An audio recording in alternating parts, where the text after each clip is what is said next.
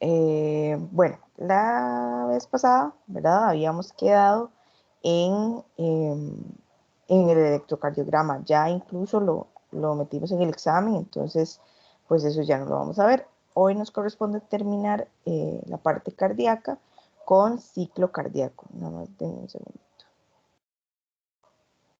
Ok, listo. Con ciclo cardíaco. Entonces, lo que nosotros tenemos que ver es qué es lo que está pasando en un latido. Si ustedes recuerdan, vamos a ver por aquí. Ay, no se abrieron, sí, sí se abrieron. Si ustedes recuerdan este dibujo, más o menos, en este dibujo nosotros sabíamos cómo el corazón funcionaba, ¿verdad? Entonces repasemos. Toda la sangre desoxigenada llegaba al atrio izquierdo, perdón, al atrio derecho gracias a las venas cava inferior y superior. Esta sangre desoxigenada pasaba al ventrículo derecho gracias a que se abría la válvula tricúspide. Ya cuando la sangre estaba en el ventrículo derecho, se abría la válvula pulmonar y pasaba al tronco pulmonar. Y en el tronco pulmonar una parte se iba para el pulmón izquierdo por medio de la arteria pulmonar izquierda y la otra parte se iba al pulmón derecho a través de la arteria pulmonar derecha. Una vez que la sangre se oxigenaba, debía volver al corazón. Entonces, ¿cómo volvía? A través de venas, las venas pulmonares derechas e izquierdas, que llegaban a drenar toda esa sangre ya oxigenada al atrio izquierdo. El atrio izquierdo abría la válvula mitral, pasaba toda la sangre al ventrículo izquierdo y el ventrículo izquierdo pasaba toda la sangre ya oxigenada a la aorta gracias a que se abría esta válvula aórtica. Entonces, una vez que ya pasamos, ¿verdad? Ya la aorta tiene la sangre oxigenada y va a ir a dejarla al resto del cuerpo para que el cuerpo se oxigene. Entonces, todo eso es muy fácil de verlo así, ¿verdad? Pero resulta que todo eso que yo acabo de decir es un ciclo cardíaco. Todo eso sucede en un latido. Entonces, un latido es un ciclo cardíaco. Y el ciclo cardíaco tiene cuatro momentos, por así decirlo. Pero resulta que antes de ver esos momentos, nosotros vamos a ver fases. ¿Qué quiere decir? Una fase, bueno, el corazón, en nuestro caso, el corazón se divide en dos fases. Una fase que se llama sístole y otra fase que se llama diástole. Pero a su vez, ese mismo latido, en vez de dividirlo en sístole y diástole, o sea, dividirlo en dos, podemos dividirlo en cuatro. Y esas cuatro partes se llaman fase de llenado, contracción isovolumétrica, fase de vaciado, relajación isovolumétrica. Luego vamos a ver qué son estos nombres y por qué es que tiene sentido, por ejemplo, que se llame isovolumétrico. Pero primero vamos a estudiar las dos grandes fases, que son sístole y diástole. La sístole es la fase del corazón en la que pasan dos cosas. El corazón expulsa la sangre, o sea, manda la sangre hacia afuera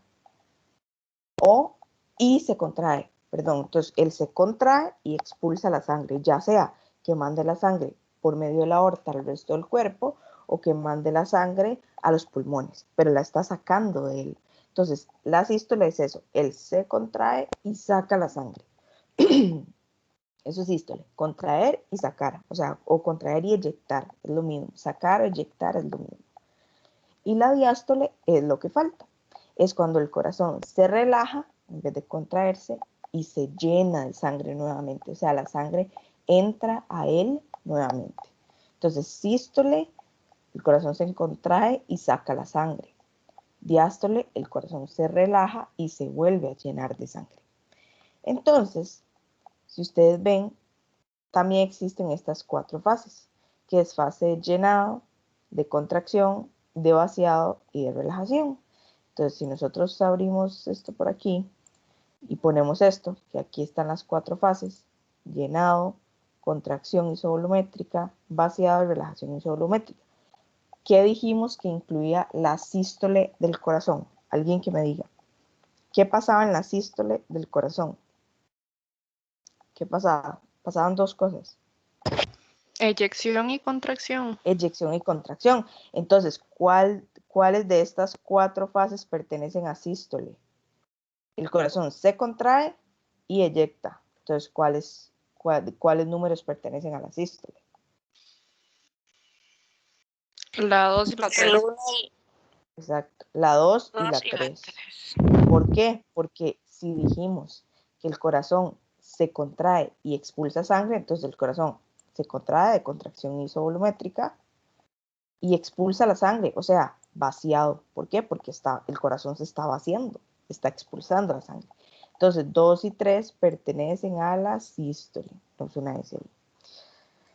¿Y qué era diástole? Diástole era cuando el corazón se relajaba y se llenaba de sangre. Entonces, el 1 y el 4, o sea, llenado y relajación isovolumétrica, pertenecen a la diástole. Por eso es que podemos hablar de 2 grandes fases y de 4 momentos. 2 de esos momentos pertenecen a la sístole y 2 de esos momentos pertenecen a la diástole. Ahora sí, nosotros ya sabemos qué es sístole y diástole, pero en realidad el ciclo cardíaco lo vamos a estudiar en estas fases. O sea, vamos a estudiar el llenado, vamos a estudiar qué pasa en la contracción, qué pasa en el vaciado y qué pasa en la relajación, para que ustedes sepan qué válvulas se están abriendo, qué se están cerrando, dónde está la sangre, todo eso. Ahora sí, una vez que sabemos esto, tienen que aprenderse de memoria estas como fases en este orden. Primero se llena el corazón, luego el corazón se contrae, luego el corazón expulsa la sangre en la fase que se llama vaciado y por último se relaja. Entonces se llena, se contrae, se vacía, se relaja. Y así, del 1 al 4. Ahora sí, vamos a ir a ver esto que está acá. Vamos a ver. Aquí. Esta imagen que ustedes ven aquí es un gráfico del ciclo cardíaco. Yo sé que es un gráfico que se ve así como, ¿qué es eso que vamos a ver? Es muy difícil, no, este gráfico es un gráfico que yo utilizo es un libro que se llama Boron, es un libro de fisiología médica, es el libro que en medicina se utiliza para estudiar fisiología, es muy fuerte, es muy avanzado el libro, pero tiene el mejor gráfico para explicar un ciclo cardíaco, que es este de colores y con rayitas, y ahora lo vamos a entender bastante bien. Nada más denme un segundito.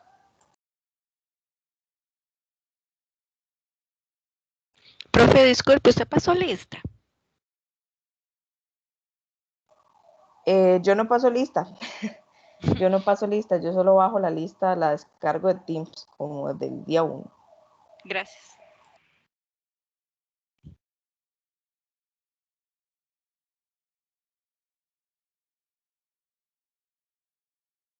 Bueno, listo, seguimos. Entonces, para efectos de estudiar el ciclo cardíaco, ¿verdad? Para estudiar esas 4 fases, llenado, contracción, vaciado, relajación, vamos a imaginarnos que el corazón solo tiene el corazón izquierdo. ¿Qué quiere decir esto?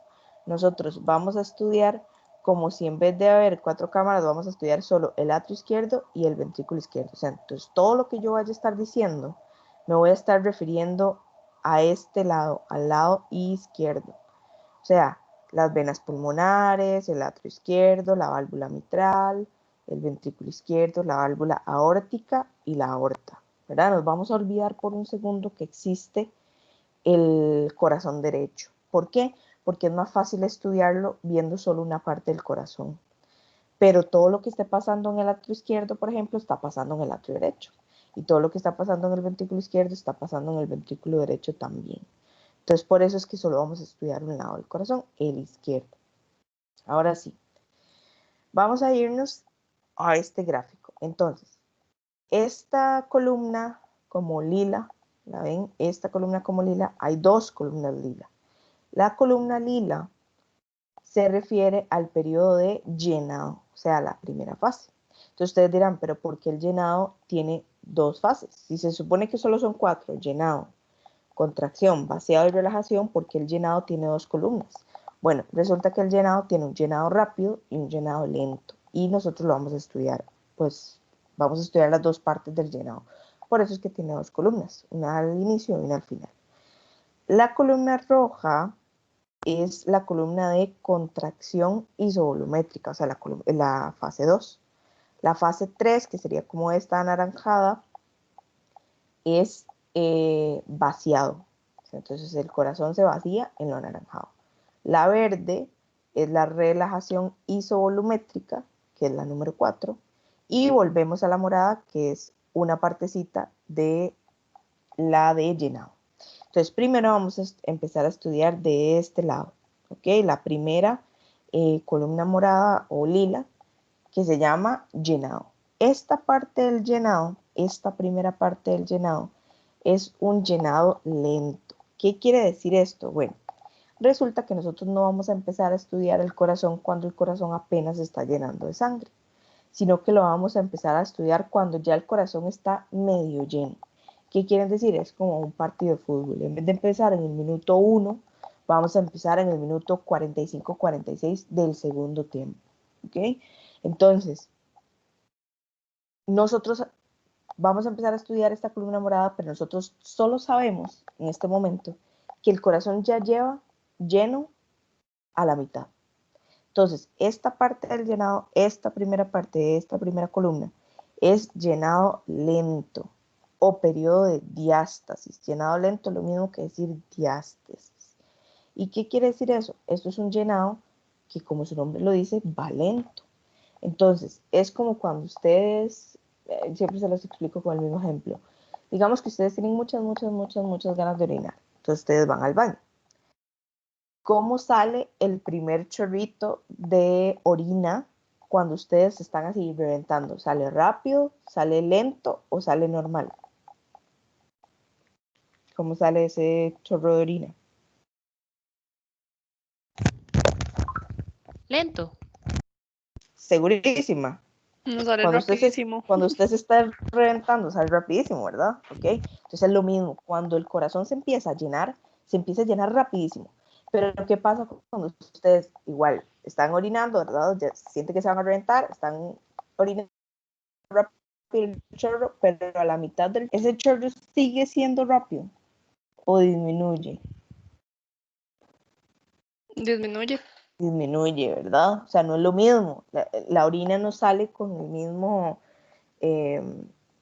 no sale a la misma rapidez al inicio que a la mitad. Entonces ya a la mitad va descendiendo y va descendiendo y va descendiendo la velocidad de expulsión de orina. Es lo mismo en el corazón. El corazón empieza a llenarse rapidísimo, pero ya cuando vamos por la mitad del llenado, ya empieza a llenarse más lento, más lento, más lento, hasta el final cuando ya casi son solo gotitas. Entonces, es igual. Nosotros vamos a empezar a estudiar este gráfico aquí, en la parte izquierda. Es como empezar a estudiar el corazón a la mitad del llenado. Entonces, es como si estuviesen orinando y ya llevan la mitad. ¿Ok? Así es la velocidad a la que en este momento se está llenando el corazón. Entonces, el corazón se empieza a llenar. ¿Qué quiere decir que el corazón se llene? Bueno, como dijimos que solo vamos a estudiar el corazón izquierdo, eso lo que implica es que la sangre está pasando del atrio izquierdo al ventrículo izquierdo. Entonces, ¿quién se tiene que abrir para que la sangre esté pasando del atrio al ventrículo? ¿Quién se tiene que abrir? ¿Cómo se llama La la puerta? válvula mitral. La válvula mitral, exacto.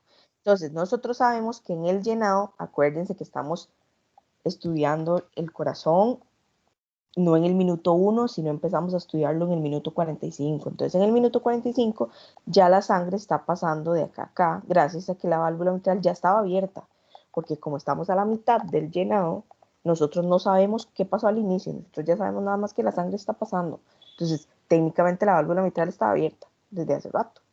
Entonces, aquí la sangre está pasando desde hace rato. Entonces, el llenado va a empezar a subir la presión, por así decirlo, acá, en el ventrículo izquierdo. ¿Por qué? Porque el ventrículo izquierdo está recibiendo un montón de sangre. Entonces, como está recibiendo mucho volumen, su presión también está aumentando. Entonces, vamos a ver este gráfico. Este gráfico, vamos a ver si lo ven aquí. La línea azul que está acá, esta línea azul corresponde a la presión del ventrículo. Y la línea que está justo debajo de la línea azul, que es como amarillita, es la presión del atrio. Entonces lo amarillo es presión del atrio izquierdo y lo azul es presión del ventrículo izquierdo. Entonces, vean que el azul y la amarilla aquí están casi una sobre otra. ¿Por qué? Porque llevan casi la misma presión. Entonces aquí el atrio le está pasando sangre al ventrículo, entonces la presión de ellos pues es parecida.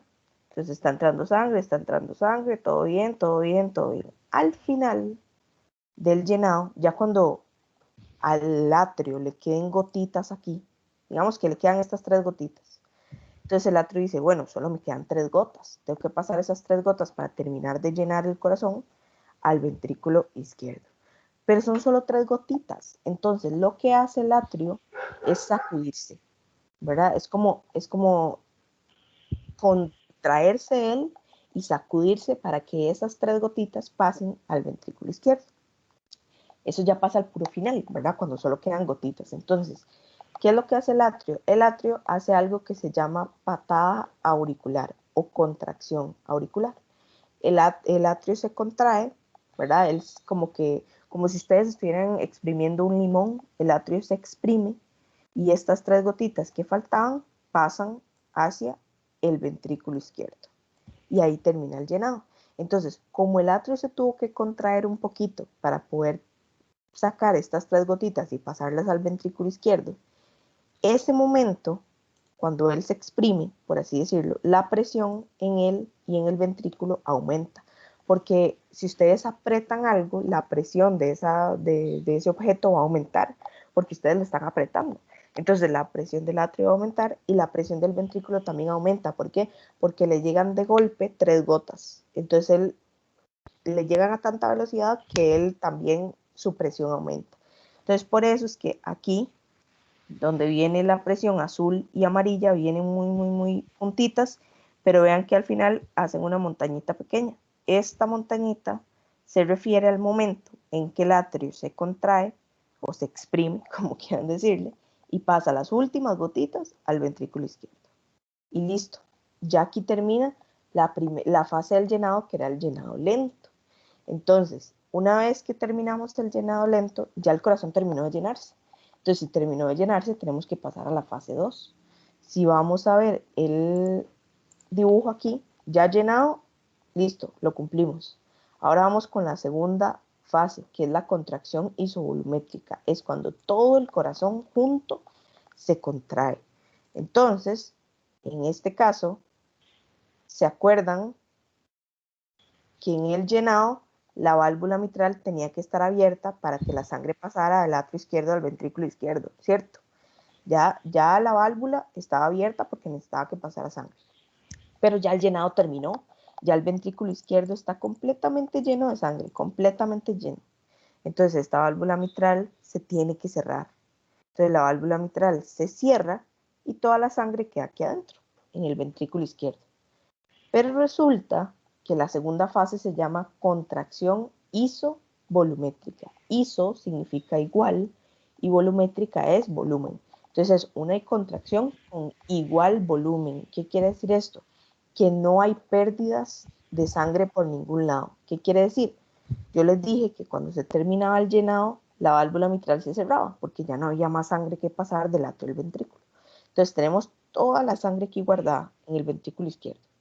Pero resulta que el ventrículo izquierdo, para poder abrir esta puerta, que es la válvula aórtica, tiene que sufrir, o sea, tiene que trabajar duro para abrir esta puerta, porque resulta que esta puerta es muy difícil de abrir. Es una puerta que ella solo se abre. Imagínense como que la aorta y el ventrículo izquierdo hicieran un duelo de puños, digamos, como que se dan los puños a ver cuál de los dos gana de un lado a otro. Entonces, para que el ventrículo izquierdo logre abrir esa puerta, la válvula aórtica, tiene que ganar el reto, por así decirlo. Entonces, tiene que hacer tanta fuerza que logre abrir esta puerta, aunque la aorta no quiera que se abra, porque cuesta mucho abrirla. Entonces, la única manera de que esta puerta se abra es que la presión del ventrículo izquierdo sea mucho, mucho más grande que la presión de la aorta. Y la única manera de aumentar la presión es apretando algo. Yo les dije, si ustedes tienen un objeto y lo apretan, ese objeto va a aumentar su presión. Entonces el ventrículo izquierdo lo que va a hacer es apretarse, o sea, contraerse para poder vencer la fuerza de la válvula aórtica. Y en el momento en que la vence, entonces la válvula sí se abre. Pero resulta que en el tiempo en el que la válvula mitral está cerrada, porque recuerden que esto ya se cerró porque aquí ya está toda la sangre posible en el ventrículo izquierdo se empieza a contraer y a contraer y a contraer, pero todavía no ha logrado abrir la válvula aórtica. Entonces está cerrada la válvula mitral y también está cerrada la válvula aórtica porque aunque el ventrículo se está contrayendo, todavía no tiene suficiente fuerza para abrir la válvula aórtica. Entonces en ese momento las dos válvulas están cerradas. ¿Se está perdiendo sangre? ¿Sí o no? ¿La sangre está saliendo por algún lado? ¿Sí o no? En este momento, en el momento en el que el ventrículo se está contrayendo, pero no ha logrado abrir la válvula aórtica. No. No, ¿verdad? No está saliendo por ninguna parte. ¿Por qué? Por la mitral no puede salir, porque recuerden que la sangre no se puede devolver, o sea, el ventrículo al atrio, esto no puede pasar, nunca. Entonces, igual la mitral está cerrada, no puede haber nada. Ahí no está ni entrando ni saliendo sangre. Y la válvula aórtica, a pesar de que el ventrículo se está contrayendo, todavía no se ha abierto. ¿Por qué? Porque el ventrículo todavía no tiene más fuerza o más presión que la válvula. Entonces todavía está cerrada. Entonces el corazón se está el ventrículo izquierdo se está contrayendo con un montón de sangre adentro. Entonces por eso se llama contracción isovolumétrica. ¿Por qué? Porque el ventrículo se contrae sin perder sangre. O sea, va a mantener el mismo volumen de sangre. Porque la sangre no está saliendo por ninguna parte. Entonces vamos a ver cómo se ve esto en el gráfico. En el gráfico la contracción isovolumétrica es esta columna roja que está aquí. Entonces en este puntito, justo en este puntito, donde termina la lila y empieza la roja, aquí la válvula mitral está cerrada y la válvula aórtica también está cerrada. Entonces esto azul, ustedes ven aquí es la presión del ventrículo izquierdo. Vean que la presión empieza a subir y a subir y a subir. ¿Por qué? Porque imagínense contraer un ventrículo con la sangre adentro, sin que la sangre salga. O sea, ustedes están apretando al máximo el ventrículo con sangre adentro. Eso implica que la presión del ventrículo va a subir un montón. Entonces empieza a subir y a subir y a subir y a subir y a subir. Pero vean que la aorta, esta línea roja que está aquí, es la presión de la aorta. La presión de la aorta, vean que siempre es súper alta. Vean que la del azul empezó aquí abajo y la de la aorta empieza aquí arriba. O sea, la aorta por sí sola tiene una presión súper grande. Por eso es que el ventrículo tiene que hacer mucha, mucha, mucha, mucha, mucha presión y subir y subir y subir y subir y subir hasta lograr toparse con la presión de la aorta aquí. Justo donde se topan la azul y la roja es aquí. Entonces, en este punto es por esto que se da la contracción isovolumétrica. De aquí a aquí. ¿Por qué? Porque en este tiempo el ventrículo se va a contraer y contraer y contraer y contraer, pero todavía vean que no ha llegado a la presión de la aorta. Entonces, por eso es que aquí se está contrayendo, pero aquí la válvula aórtica todavía está cerrada. Sigue cerrada, sigue cerrada, sigue cerrada, subimos, subimos, sigue cerrada, sigue cerrada, sigue cerrada. Aquí, en este punto, la presión del ventrículo se igualó con la presión de la aorta, porque ya la alcanzó. Entonces, en este momento, cuando ya la alcanza, aquí se termina la contracción isovolumétrica. ¿Por qué? Porque ya aquí va a llegar un punto en que vean que el azul va por arriba de la roja, pero ya esto pasa en la columna naranja, no en la columna roja. Entonces aquí se termina, justo en este punto se termina la contracción isovolumétrica. ¿Por qué? Porque ya el ventrículo alcanzó en fuerza a la aorta. Entonces aquí ya en cualquier momento el ventrículo le va a ganar a la aorta. Y si le gana a la aorta, entonces la válvula aórtica se va a abrir. Entonces ya va a dejar de ser contracción isovolumétrica. ¿Por qué? Porque entonces si nosotros logramos abrir la válvula aórtica, ya el volumen de sangre se va a ir para la aorta. Entonces ya no podemos decir que es isovolumétrica, porque ya estamos perdiendo sangre. Ya la sangre se está saliendo del ventrículo. Entonces ya no es una contracción isovolumétrica, ya pasamos a la tercera fase. Entonces, ¿Qué es contracción isovolumétrica? Cuando el ventrículo se contrae, pero ninguna de las válvulas está abierta, entonces no se pierde sangre. Listo. Ya estudiamos esta roja. Ahora vamos a estudiar la naranja, que es la tercera fase. La tercera fase, si nos devolvemos aquí, sería el vaciado. Entonces, el vaciado es esta naranjada que está aquí, la columna naranja. No sé si ustedes la ven naranja o la ven rosada, pero digamos en mi compu se ve naranja. Ahora sí, la naranja empieza justo aquí. Vean que en este momento el azul, que es el ventrículo, le ganó a la aorta, que es el rojo. Entonces el ventrículo tiene más fuerza que la aorta. Entonces logra abrir la válvula aórtica y envía toda la sangre del ventrículo a la aorta. Entonces este es el momento que se llama vaciado. ¿Y qué pasa aquí? Aquí lo único que está pasando es que el corazón está sacando la sangre. Por eso se llama vaciado. ¿Por qué? Porque la está tirando hacia la aorta y la aorta la va a llevar al resto del cuerpo. Entonces todo esto es vaciado. Aquí es vaciado, vaciado, vaciado, vaciado, vaciado. Pero va a llegar un punto en que el ventrículo va a perder otra vez. ¿Por qué? Si ustedes ven aquí, va a llegar un punto en que toda esta sangre que estaba en el ventrículo va a pasar a la aorta. Entonces ahora quien va a tener más fuerza, más presión, como quieran decirle, es la aorta. Y no el ventrículo. ¿Por qué? Porque el ventrículo ya perdió toda la sangre. Entonces ya perdió toda la fuerza que él tenía, la perdió porque le regaló la sangre a la aorta. Entonces el momento en el que la aorta vuelva a tener más fuerza que el ventrículo, la válvula se cierra. Porque la aorta entonces ahora le gana el pulso al ventrículo y cierra la puerta de nuevo. En el momento en que cierra la puerta, el vaciado se termina. ¿Por qué? Porque ya no estamos sacando sangre para ninguna parte. Entonces, cuando la válvula se cierre, ahí termina el vaciado. Entonces, veamos dónde termina en el gráfico. Se supone que el vaciado termina aquí, ¿verdad? En este punto en el que está el límite entre lo amarillo y lo verde. Entonces, vean que en este punto, acuérdense que el azul es la fuerza del ventrículo y el rojo es la fuerza de la aorta. Entonces, en este punto, vean que el azul ya se va a empezar a ir para abajo y el rojo se va para arriba, o sea, se mantiene arriba.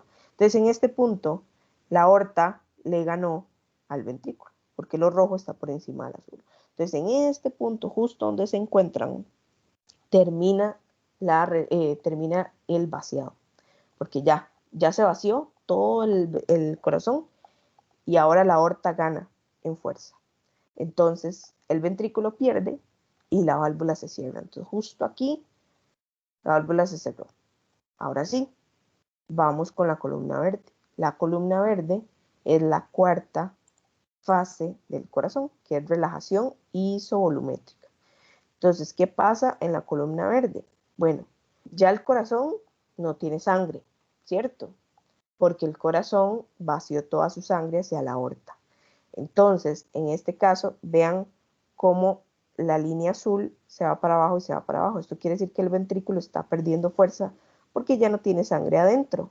Entonces va hasta abajo, hasta abajo, hasta abajo, hasta abajo, hasta abajo, hasta abajo, hasta abajo. ¿Sí?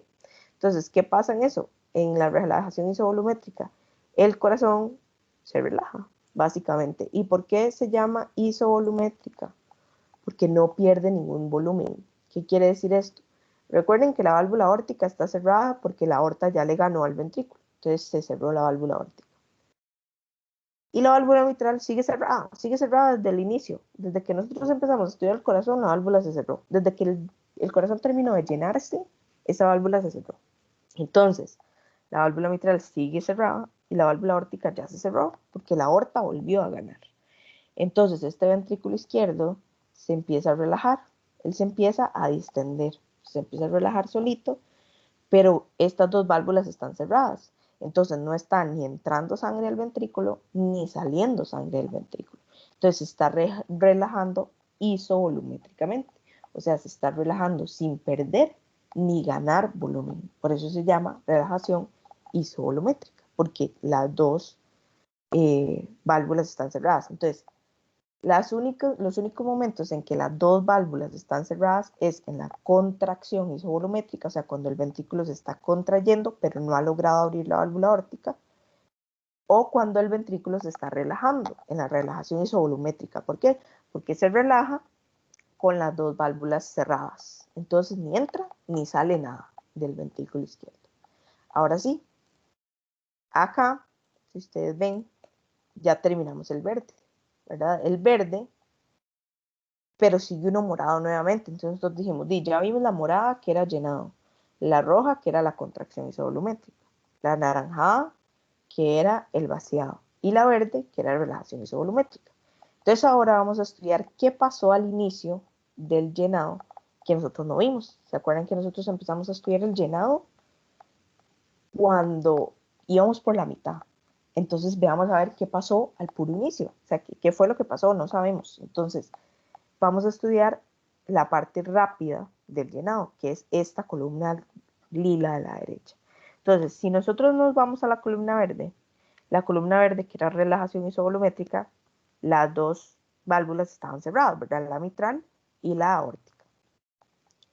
Pero resulta que todo este tiempo que nos concentramos en el ventrículo, nos olvidamos del atrio izquierdo. En todo este tiempo que el ventrículo luchó y se contrajo y logró abrir la válvula aórtica y le pasó la sangre a la aorta y luego la aorta le volvió a ganar al ventrículo y se abrió la válvula y entonces el ventrículo empezó a relajarse. Mientras nosotros hablábamos de todo eso, ¿qué estaba pasando en el atrio? En el atrio tuvo que haber pasado algo. Entonces, mientras pasaba todo eso, el atrio estaba llenándose de sangre, nuevamente. Llenándose y llenándose de sangre. Cuando el ventrículo ya pasó la sangre a la aorta y empezó a relajarse, ¿verdad? Él se relaja, se relaja, se relaja, con las dos válvulas cerradas.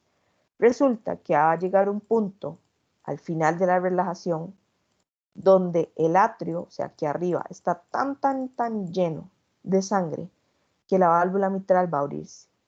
¿Por qué? Porque ya, o sea, ya no puede más con el montón de sangre que tiene en el atrio. Entonces, como el atrio ya está completamente lleno de sangre, la válvula mitral se abre. Entonces, justo aquí, la relajación isovolumétrica termina, o sea, entre lo verde y lo morado, esta línea punteada, digamos, significa que las válvulas todavía no se han abierto. Pero en el momento en que se vuelve morado, o sea, pasa de verde a morado, la válvula mitral se abre. Entonces, en ese momento ya no se llama relajación isovolumétrica. ¿Por qué? Porque ya está entrando volumen al ventrículo porque la mitral se abrió. Entonces, esta es la primera fase de llenado y es un llenado rápido. ¿Por qué es un llenado rápido?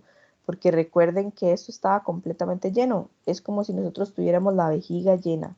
Entonces, la válvula mitral se abrió de ya que ya no aguantaba más tener un eritrocito más en este atrio, se abre la válvula mitral y sale en chorro la sangre hacia el ventrículo izquierdo. Entonces, la primera fase del llenado es un llenado rápido, por eso, porque la válvula se abrió y salió en chorro la sangre. Luego nosotros empezamos a estudiar el corazón con la mitad de la sangre ya aquí en el ventrículo izquierdo. Y entonces empezamos a ver cómo se llenaba lento y cómo se llenaba lento hasta el punto en que ya estaba completamente lleno. Entonces se daba la fase de contracción para poder ganarle a la válvula aórtica. Le ganamos a la válvula aórtica, entonces sigue la fase de vaciado porque sacábamos la sangre hacia la aorta. Y luego seguía la fase de relajación, donde la aorta le volvía a ganar al ventrículo, se cerraba la válvula aórtica, el ventrículo se relajaba, pero se relajaba hasta que la válvula mitral se abriera y se volviera a llenar el ventrículo, ¿sí? Entonces, esta imagen, entonces ya podemos entender que esta es llenado lento, luego contraemos el corazón, logramos abrir la válvula aórtica, entonces hacemos fase de vaciado, luego la aorta nos vuelve a ganar, entonces cerramos la válvula aórtica y sigue la columna verde que sería relajación isovolumétrica y luego de la relajación el llenado rápido. Entonces llenado rápido, llenado lento, contracción, vaciado, relajación y así cada latido. Entonces, estas son iguales, son imágenes de lo mismo que hablamos, relajación, eyección. ¿Alguna duda con el ciclo cardíaco? Entonces, ustedes se preguntarán, bueno, ¿y cómo la profe va a preguntar esto? ¿Qué va a decir la profe? Bueno, ¿qué les puedo preguntar yo? Por ejemplo, en la fase de vaciado, en la fase que el corazón se vacía, que manda la sangre hacia la aorta, ¿cuál válvula está abierta? Entonces, alguien que me responda eso. En la fase de vaciado, ¿qué válvula está abierta? O pueden decirme que no hay ninguna válvula abierta, no sé. ¿Cuál está abierta?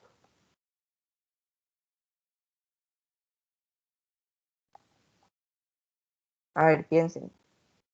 ¿Qué está pasando en el vaciado? El vaciado del corazón está sacando sangre.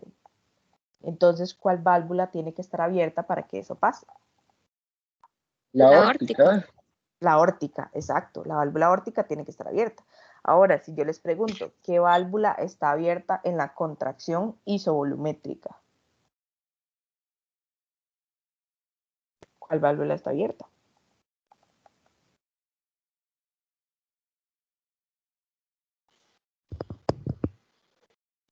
Ahí no era que no se abría ninguna válvula. Exacto. Sí, Exacto. En ninguna. la contracción isovolumétrica, ninguna. Entonces, esa tendría que ser su respuesta. Ninguna válvula está abierta. Porque para que sea isovolumétrica, todo tiene que estar cerrado. Ahora, si les pregunto, ¿qué válvula está abierta en la fase de llenado? Cualquiera, llenado rápido, llenado lento. ¿Cuál es la válvula? La válvula mitral. La La mitral. mitral. Exacto, la mitral porque está pasando sangre del atrio ventrículo. Entonces, si ustedes ya entienden eso, ya pueden entender el ciclo. Entonces, esas son como las preguntas que yo puedo hacerles, más o menos. O les digo, ¿qué pasa en la fase de vaciado? Entonces, ustedes me dicen, en la fase de vaciado lo que está pasando es que la sangre pasa del ventrículo a la aorta. O yo les pregunto, ¿qué está pasando en la fase de llenado? Entonces, me ponen, en la fase de llenado está pasando sangre del atrio al ventrículo. ¿Qué pasa en la contracción isovolumétrica? Que el ventrículo izquierdo se está contrayendo para lograr abrir la válvula aórtica. Eso es todo. Ahora vamos a ver algo que se llaman volúmenes cardíacos. Los volúmenes cardíacos resulta que si nosotros nos vamos acá, vamos a vernos a este. Vamos a cerrarlo y le voy a poner que no quiero guardar los cambios. Déjenme abrir otra vez esto, porque no sé si lo tengo aquí. Déjenme un segundo.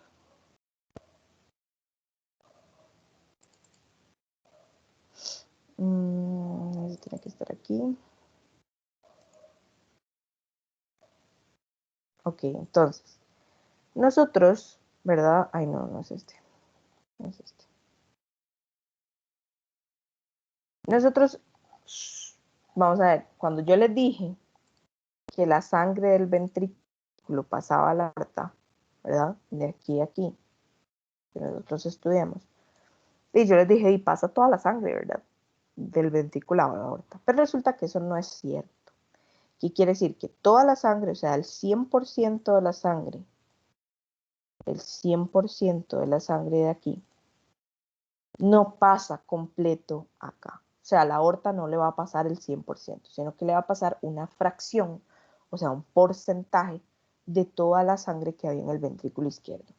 ¿Por qué pasa eso? Bueno, nosotros vamos a suponer que el volumen que le cabe al ventrículo izquierdo, acá, el volumen que le cabe es 120 mililitros. ¿Okay? Esto para efectos del examen y de todo el quiz y de curso, nosotros vamos a decir siempre que al ventrículo izquierdo lo que le cabe son 120 mililitros. O sea, cuando está lleno, tiene 120 mililitros. Ahora sí, esos 120 mililitros no van a pasar todos a la aorta. ¿Por qué? Ustedes saben que el corazón es un músculo. O sea, estas cámaras están hechas de paredes de músculo. ¿Sí? Entonces, si nosotros pasáramos estos 120 mililitros completos hacia la aorta, recuerden que el ventrículo se está contrayendo. Entonces, si se contrae completamente y saca toda la sangre hacia la aorta y no queda en el ventrículo ni una sola gotita de sangre, las paredes del ventrículo se van a tocar entre sí, o sea, esta pared se va a tocar con esta pared, ¿ok? Porque se están contrayendo el ventrículo izquierdo. Entonces, al ser músculo y si no queda nada de líquido adentro, esas paredes se van a contraer y van a colapsar. ¿Qué quiere decir? Que se van a quedar pegadas. Entonces, si las paredes del ventrículo se quedan pegadas entre sí, el ventrículo no se va a poder volver a llenar nunca, porque ya en vez de ser una cavidad, quedó completamente aplastada, quedó como una pasa, completamente pegada entre sí. Entonces nosotros necesitamos que quede un poquito de sangre dentro del ventrículo para que las paredes del ventrículo no se lleguen a tocar y así evitar que el ventrículo colapse o que se quede completamente exactamente como una pasa, así todo arrugado, por así decirlo. Entonces, de esos 120 mililitros, nosotros vamos a suponer, ¿verdad?, que solo pasan 70 mililitros a la aorta. Entonces, si ustedes hacen 120 menos 70, ¿cuánto queda de sangre en el ventrículo? Si al inicio habían 120 y pasamos 70 mililitros a la aorta, ¿cuántos quedaron aquí adentro? ¿Cuánto quedó? 50. 50. ¿Ah? Exacto, 50. Entonces ya sabemos que aquí adentro quedaron 50. Estos volúmenes tienen nombres, ¿ok? Tienen nombres específicos. Entonces, vamos a aprendernos esos nombres. Primero vamos a aprendernos el nombre del volumen total que le cabe al ventrículo, que se llama volumen telediastólico, así. Vamos a escribirlo por aquí. Vamos a ver, voy a poner aquí que... Nada más déjenme que cargue porque siempre se queda pegado. Ok, entonces yo voy a poner volumen de bol, ¿verdad? Bol de volumen telediastólico. ¿Por qué se llama volumen telediastólico? Tele, el prefijo tele, significa al final de, ¿ok? Y diastólico de diástole. Entonces, volumen al final de la diástole. ¿Qué pasaba en la diástole del corazón? ¿Qué era lo que pasaba? Acuérdense que existía sístole y diástole. Que alguien que me diga qué pasaba en la diástole del corazón. El llenado y la relajación. Llenado de relajación, ¿verdad? Entonces el corazón se relaja y se llena de sangre. Entonces, al final de la diástole, el corazón está lleno. Porque la diástole es, corazón se relaja y se llena. Entonces, al final de la diástole, el corazón está 100% lleno. Por eso es que este volumen 120 se llama telediastólico, porque es el volumen máximo, es el volumen al final del llenado. ¿Y cuál es el volumen al final del llenado? El volumen posible que pueda albergar el ventrículo izquierdo, que dijimos que siempre iba a ser 120 mililitros. Entonces, volumen telediastólico siempre va a ser 120 mililitros, que también podemos llamarlo que es el volumen el volumen total, ¿verdad? Porque es lo que nos cabe en el corazón. Es el volumen total. Ahora, el volumen que pasa a la aorta, o sea, el volumen que nosotros expulsamos, ese volumen que nosotros expulsamos se llama volumen sistólico. ¿Qué pasaba en la sístole? ¿Qué era lo que pasaba en el corazón? Alguien que me diga. La sístole. La contracción y el vaciado. Contracción y vaciado. Entonces, como es la contracción y el vaciado, entonces el volumen sistólico es el volumen que vaciamos. O sea, ¿cuánto sacamos? Sacamos 70 mililitros. Entonces, en este caso, 70 mililitros es el volumen que sacamos. Volumen que sacamos. ¿Qué fue el volumen que nosotros sacamos o expulsamos? Bueno, pongamos expulsamos. Y el volumen que quedó de residuo en el ventrículo izquierdo, que es ese 50, se llama volumen telesistólico. Telesistólico. Yo les dije que tele significaba al final de. Entonces, al final de la sístole, ya me dijeron que la sístole era cuando el corazón se contraía y se vaciaba. Entonces, al final del vaciado, ¿cuál es el volumen que queda? Al final del vaciado, TL sistólico, al final de la sístole o al final del vaciado, ¿cuánto nos quedó de residuo? 50. Por eso es que llama telesistólico, porque al final de la sístole, cuando el corazón ya terminó de contraerse, esto es lo que nos queda, 50 mililitros. Entonces el volumen telesistólico es 50 mililitros. Entonces ese es el volumen de residuo, ¿verdad? Volumen de residuo. Pero resulta que hay algo que se llama fracción de eyección, así. Fracción de eyección. ¿Qué es la fracción de eyección? ¿Se acuerdan que les dije que para efectos del curso siempre íbamos a decir que el volumen total que le cabía al ventrículo izquierdo eran 120 mililitros, ¿ok? Pero resulta que no siempre pasamos 70 mililitros a la aorta.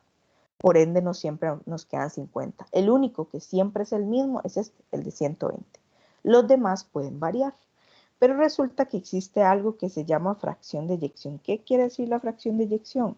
Bueno, la fracción de eyección lo que quiere decir es que 120 es el 100% de la sangre que nos cabe. Entonces, para tener un corazón normal, un corazón funcional, para poder vivir bien, nosotros necesitamos que el 100% de esa sangre que está en el ventrículo, o sea, los 120 mililitros, pasen como mínimo el 55% de sangre a la aorta. Si pasa menos del 55% a la aorta, estamos mal. ¿Qué quiere decir esto? Devolvámonos acá. Eso quiere decir que si el 100% de nosotros de sangre es 120 mililitros, lo mínimo que deberíamos pasar de esos 120 mililitros hacia la aorta es el 55%. Entonces, de toda la sangre, mínimo el 55% tiene que pasar. Si pasa menos de eso, nuestro cuerpo no se va a oxigenar bien. Y vamos a llegar a un punto en el que ya hay insuficiencia cardíaca y probablemente vamos a fallecer. Entonces, siempre vamos a partir del 120, ¿verdad? ¿Cuánto es el 55% de 120? ¿Cuánto es? Alguien que lo haga en la calculadora. 120 por 0.55. ¿Cuánto le da eso?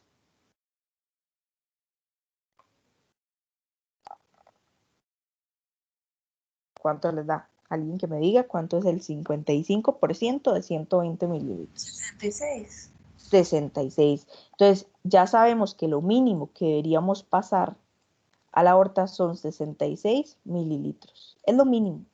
Si pasamos menos de eso, estamos mal. Entonces, si pasamos 66 mililitros a la aorta, ¿cuántos quedaron aquí en el ventrículo izquierdo? ¿Cuánto quedó? Ya el 70 y el 50 ya no nos sirve. De 120 pasamos 66 mililitros. Entonces, ¿cuántos nos quedaron aquí adentro? 54. 54, exacto. Entonces, aquí adentro me quedaron 54. Listo, ¿ok? Entonces, ahora vamos a aprender cómo sacar una fracción de eyección. Entonces, la fracción de eyección se saca así. La fracción de eyección se define como el porcentaje de sangre mínimo que yo tengo que pasar a la aorta para decir que estoy bien. O en otras palabras, ¿verdad? Ya más técnicas, es esto que está aquí. Es el porcentaje mínimo del volumen telediastólico, o sea, el porcentaje mínimo del volumen total que debería eyectar o sacar el corazón hacia la aorta para que haya una buena circulación, ¿sí? Entonces, si nosotros no sacamos suficiente sangre hacia la aorta, no vamos a tener una buena circulación porque estamos pasando muy poquita sangre. Entonces, ¿cuál es el porcentaje mínimo? Ya sabemos que el porcentaje mínimo debería ser 55 o más, pero menos de 55 jamás. Entonces, yo les voy a poner diferentes problemas para que ustedes lo resuelvan en el examen. Yo les voy a poner unos problemas y les voy a decir cuánto es la fracción de eyección, o sea, cuánto es el porcentaje que esta persona está pasando hacia la aorta. ¿Cómo se calcula la fracción de eyección? Bueno, la fracción de eyección se calcula de esta manera. El volumen sistólico entre el volumen telediastólico, o sea, el volumen que yo saqué hacia la aorta, entre el volumen total que yo tenía, que ya dijimos que el total siempre, siempre, siempre va a ser 120 por 100. Entonces, lo que saqué entre todo lo que tenía por 100, eso me va a dar el porcentaje de cuánto saqué. Entonces, en el que habíamos visto antes, ¿verdad? En el de 120 que sacaba 70 y me dejaba 50 dentro, entonces el volumen que saqué fue 70. Y el volumen que tenía era 120 por 100. Entonces, una persona, vamos a ver aquí, vamos aquí. Si utilizamos el ejemplo de 120 y sacamos 70 y nos dejamos 50, entonces si la fracción de eyección es volumen sistólico, que es lo que yo saqué, vean lo que expulsamos, entre el volumen total, que es el telediastólico, VTD, por 100, ¿verdad? El volumen sistólico, en este caso, lo que sacamos fue 70. Y lo que teníamos adentro, que siempre es lo mismo, es 120 por 100, ¿verdad? Por 100, y eso nos da 60%. Entonces, esa persona tenía un 60% de fracción de eyección. Pero, ¿qué pasa en esta otra persona que en vez de sacar 70, sacó 66? Entonces, sacamos 66 del total, que el total era 120. Y lo multiplicamos por 100. ¿Cuánto les da 66 entre 120 por 100? ¿Cuánto les da eso?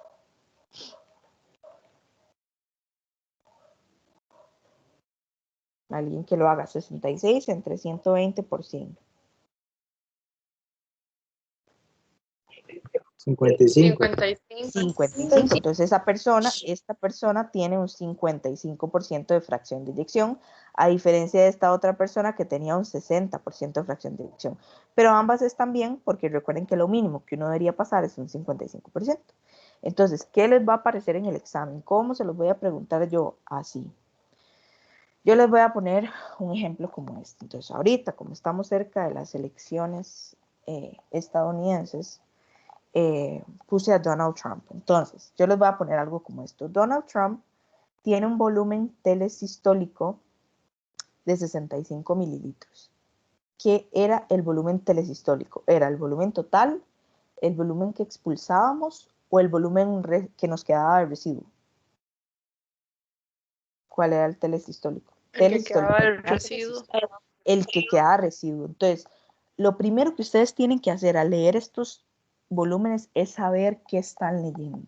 Entonces, ¿qué es el volumen telesistólico? Entonces, yo lo que les aconsejo es que escriban antes de hacer, digamos, si ustedes tienen una hoja o algo así durante el examen, ustedes escriben volumen telesistólico, volumen sistólico y fracción de eyección.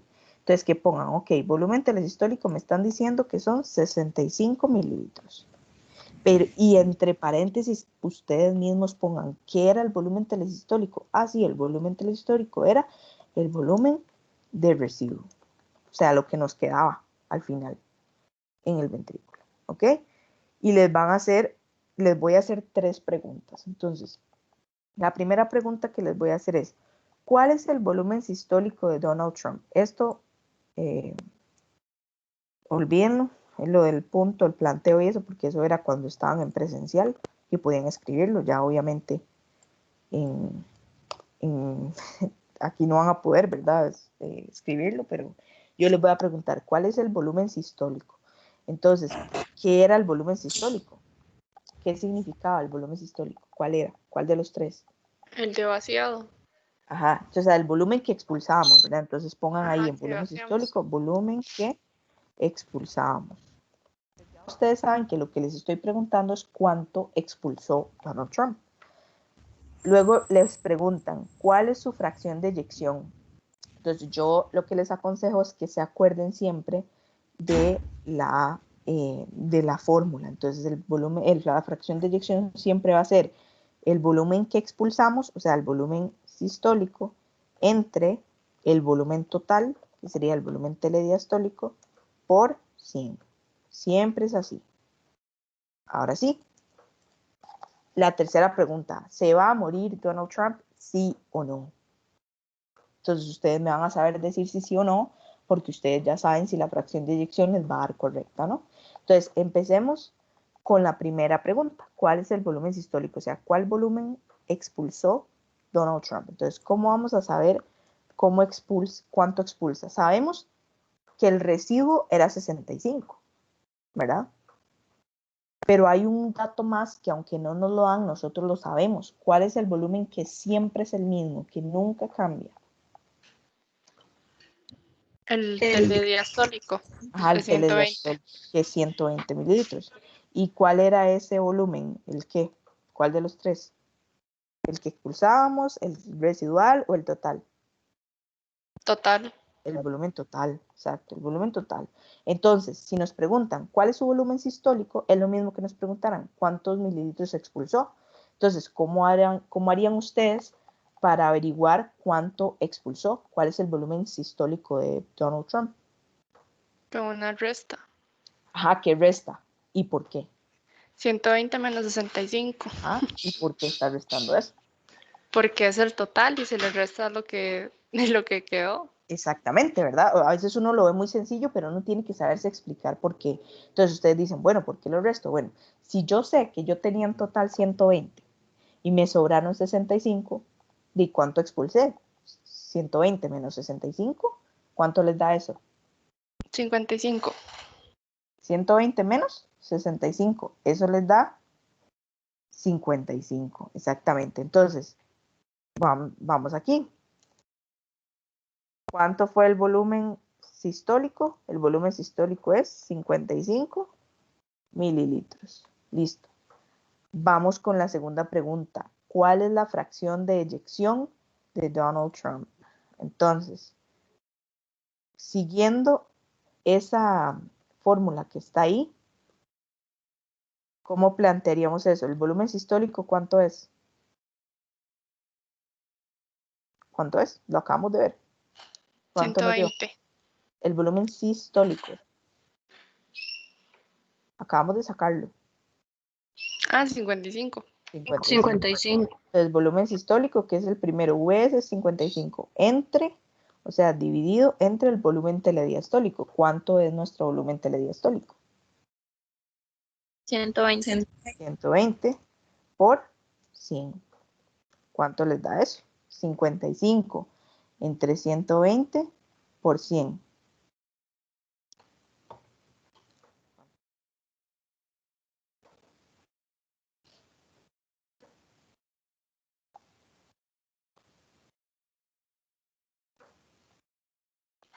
Cuarenta y cinco coma 83. Ok, 45,8. 45,8%. Entonces ya la segunda pregunta la respondieron. ¿Cuál es la fracción de eyección? 45,8. Entonces pongamos aquí el volumen histórico. La respuesta eran 55 mililitros. La fracción de eyección, la respuesta es, tenemos una fracción de eyección de 45,8%. ¿Ok? Ahora la tercera, ¿se va a morir o no? ¿Sí o no? Sí, sí se muere. Sí, ¿Por se qué? murió. ¿Por qué? Porque no pasa al mínimo de 55%. Exacto, exacto. Entonces esa es la respuesta, ¿se va a morir? Sí, probablemente sí. ¿Por qué? Porque tiene una fracción de eyección muy baja. Ahora, hay muchas personas que viven por muchísimos años con fracciones de eyecciones por debajo del 55%. O sea, yo he visto pacientes viviendo con un 25%. O sea, que eso es básicamente respirar. Pero hay personas que se la juegan con una fracción de eyección menor, pero ya esas personas tienen una insuficiencia cardíaca. Entonces ya ahí no hay arreglo. El único arreglo es un trasplante de corazón. Después de ahí, obviamente la persona va a seguir perdiendo y perdiendo fracción de eyección hasta el punto en que ya no va a ser suficiente porque ya toda la sangre se está quedando adentro del corazón y no está pasando a la aorta. Entonces el resto del cuerpo no se está oxigenando bien. Veamos este segundo. Profe, Sí. ¿qué le pasaría, digamos, a la persona? ¿Sería un paro o se le tiene, o sea, sí, se le va el corazón de un solo? No, es que eso no es, o sea, no es como que una persona con un 45.8 se vaya a morir hoy, sino que es una persona que ya tiene una insuficiencia cardíaca, entonces ya es una persona que va a padecer del corazón por varios años. Entonces, con una fracción de eyección baja, ya la persona, por ejemplo, se va a agitar cuando camine, sus órganos no van a tener suficiente oxígeno, entonces se van a ir dañando poco a poco. Es algo como crónico, no es como que una persona que tenga una fracción de eyección baja le va a dar un paro ya y se va a morir, sino que es algo con que con el tiempo va a ir pues dañándose todo de un solo. Entonces al final, pues probablemente al final puede que se muera de un paro o al final puede que se muera de otra cosa incluso, pero eso, lo único Y que eso nos no dice se... la fracción, sí, no, porque ya cuando usted tiene una fracción de eyección así es porque usted tiene insuficiencia cardíaca. ¿Qué significa insuficiencia cardíaca? Exactamente lo que dice la palabra, el corazón es insuficiente para hacer su trabajo. Entonces, en una insuficiencia cardíaca, como el corazón no funciona muy bien, se va a ir dañando y dañando y dañando. Entonces, la única forma de quitar una insuficiencia cardíaca es cambiar el corazón. Cuando usted tiene el carro y hay una parte del carro que no le sirve, ¿qué tiene que hacer? Ponerle un repuesto, ¿cierto? Porque ya esa parte del carro es insuficiente. Es exactamente igual con el corazón. Entonces, una insuficiencia cardíaca no se cura. La insuficiencia cardíaca, la única forma de curarse es con trasplante, básicamente. Hay gente que tiene algún tipo de insuficiencia cardíaca porque alguna válvula no le funciona bien. Uno puede tratar de cambiar la válvula y puede ser que esa persona viva normal, pero ya siendo insuficiente cardíaco ya es muy difícil que eso cambie. Bueno, Profe, entonces, ¿y esos valores, cómo los averiguan o cómo se saben? esos valores se pueden saber gracias a ecocardiogramas. Un ecocardiograma, a diferencia de un electro, el electro era el de los chuponcitos que nos medía la parte eléctrica del corazón. El ecocardiograma es un ultrasonido del corazón. Entonces, cuando uno hace un ultrasonido, es lo mismo que, por ejemplo, a una embarazada le hace un ultrasonido en la pancita, en vez de ponerle el aparato de ultrasonido en la pancita, se la ponen aquí en el pecho, en el corazón. Entonces, van viendo el corazón. Entonces, en la pantalla de ultrasonido se pueden medir los niveles de sangre que hay en el corazón y así se puede sacar la fracción de eyección. Ellos miden el volumen en mililitros y en la misma máquina les hace esta fracción, bueno, les hace esta fórmula y les dice cuánto es la fracción de eyección. Entonces uno puede ver en la pantalla cuánto es la fracción de eyección de la persona. Y entonces así miden los volúmenes del corazón. Profe, Sí. yo he escuchado de que también les abren el corazón como para ver si hay una causa más profunda. ¿Cómo se llama eso? Es que cuando a uno le abren el corazón primero es una cirugía de corazón. Y de la cirugía de corazón, pues hay muchos tipos de cirugías del corazón. Por ejemplo, cuando van a cambiar una válvula y se la van a poner mecánicas. Por ejemplo, que la válvula mitral no sirve. Entonces hay personas que son candidatas a ponerles válvulas. Puede ser una válvula biológica o una válvula mecánica. Una válvula biológica es una válvula que se hace a partir de un tejido animal y en vez de la válvula que tenían, le quitan la válvula y le ponen otra. Y hay otras que son válvulas mecánicas que están hechas ya con aparatos como decir, qué sé yo, de acero, de cosas así. Obviamente no es acero, pero me refiero a que no es digamos, material animal, sino que ya es algo fabricado por el hombre. Entonces, se hace la válvula mecánica y se ponen las válvulas. Entonces, para eso hay que abrir el corazón para pues, sacar la válvula o quitarla. O que tienen un tumor en el corazón. Entonces, hay que abrir el corazón para sacar el tumor. O que tienen una cosa que se llama endocarditis, que es una infección del corazón donde se hace como una pelota de, de bacterias. Entonces, a veces hay que entrar y limpiar el corazón, cosas así. Entonces, hay muchas operaciones de corazón, muchísimas. Entonces, no sabría decirle cuál porque ahí todas son el corazón, ¿verdad? Entonces, dependiendo de qué se necesite, así se va al corazón y se abre o no se abre. Es que hay un muchacho ahí que es familiar de nosotros y llegó y le dijeron, bueno, llegó y le hicieron de todos los exámenes, pero el doctor le dijo que le tenían que abrirlo para verlo más a fondo qué es lo que tiene, que supuestamente él le da eso por lo mismo de agitarse y todo eso, pero yo me quedé extrañada que porque lo tienen que abrir si no saben qué es lo que tiene. Bueno, es que, bueno, quién sabe realmente qué fue lo que le dijeron a él, pero no es como que uno va a ir a abrir el corazón a explorarlo a ver qué hay, no. O sea, el corazón, si usted va a ir a abrirlo, usted va con una causa exacta. ¿Por qué? Porque dependiendo de qué operación sea, a veces hay que hacer algo que se llama circulación extracorpórea. ¿Qué quiere decir? Si yo abro el corazón igual tiene que seguir funcionando, ¿verdad? Porque si no, o sea, no es como que yo pueda decir como, ay, voy a abrir el corazón y va a seguir latiendo, no, ¿verdad? Porque imagínense el chorro de sangre que sería por todos lados si yo abro el corazón. Entonces yo tengo que hacer algo que se llama circulación extracorpórea, que es literal pasar su sangre a una máquina para que la máquina haga la función del corazón mientras yo tengo el corazón detenido para operarlo, ¿verdad? Entonces son operaciones de alto riesgo que yo nada más, o sea, yo no es como que voy a abrir el corazón y voy a decir, ah, mira, voy a ir a ver qué es lo que tiene, no. Ese tipo de operaciones donde yo abro para ver qué hay, se hacen, por ejemplo, en el abdomen. Cuando yo hago, por ejemplo, una laparotomía exploratoria. Entonces yo lo que hago es abrir el abdomen para ver qué es lo que está mal en el abdomen. Ahí sí lo puedo hacer. Pero en el corazón, no. O sea, el corazón tiene, vamos a ver, las cirugías de corazón son tan delicadas que usted sí tiene que llevar una causa. O sea, usted tiene que decir, lo voy a abrir porque voy a hacer esto, esto y esto. Pero así como para explorar nada más, no. ¿Quién sabe qué fue lo que le dijeron? Tal vez lo que le iban a hacer es algún procedimiento que no requiere abrirse, sino que sé yo, algún cateterismo o algo así, que nada más lo que se hace es meterles como unos alambritos Es para que ver lo cómo están que, las arterias. es que lo que más lo que le dijeron fue como que tenía como estilo soplo, bueno, que como que le sonaba raro el corazón, pero como que la máquina no lo, bueno, el doctor, no sé, no lo detectaba, entonces yo me quedé extrañada, ¿cómo? Ah, no, si es un soplo o algo así, uno puede, lo que uno hace es hacerles un ecocardiograma, o sea, uno les hace un ultrasonido del corazón para ver cuál de las válvulas es la que está mal. Uno ahí en el ultrasonido lo puede ver. O sea, uno ve si la válvula no se abre, si la válvula está calcificada, si todo eso se ve en el ultrasonido. Entonces lo que les hacen es un ultrasonido del corazón, pero sin abrir nada, o sea, nada más el ultrasonido, y ahí deciden qué es lo que tiene. Y a partir del diagnóstico, entonces ellos deciden si se requiere operar o no. Pero abrirlo por abrirlo, no. Eso no existe, digamos. Bueno, entonces vamos a seguir con este ejemplo para seguir con la clase.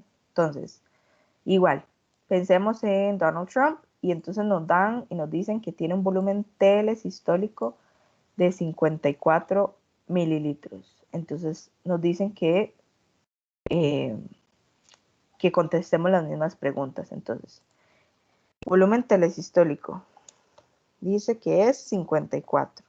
¿Qué era el volumen telesistólico? ¿Cuál volumen de los tres era? ¿Residuo, total o lo que expulsamos? Lo que queda al final del vaciado. Residuo. Residuo. Ok, entonces nos preguntan que cuál es el volumen sistólico de esa persona. ¿Cuánto es? ¿Qué harían ustedes? ¿Qué harían? Lo mismo, una resta. Ajá, ¿qué restan? Al total le resta lo que quedó en residuo.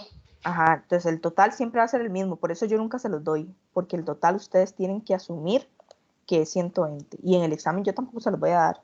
Entonces siempre asuman que es 120.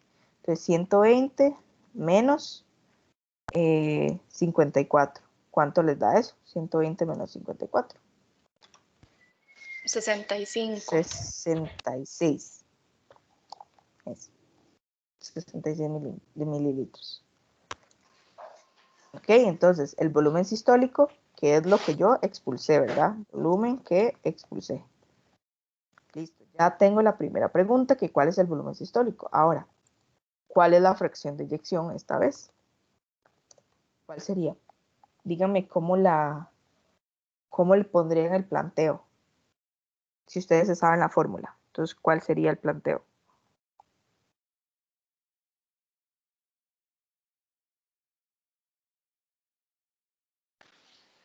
Sería 66 dividido entre 120 por 100.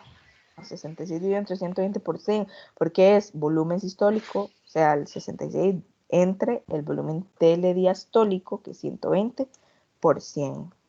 ¿Y cuánto les da eso? 55. 55%. Entonces, ¿esta persona se va a morir o no? No, no se muere. No se No, muere, no se muere, ok, todavía, ¿verdad? Todavía.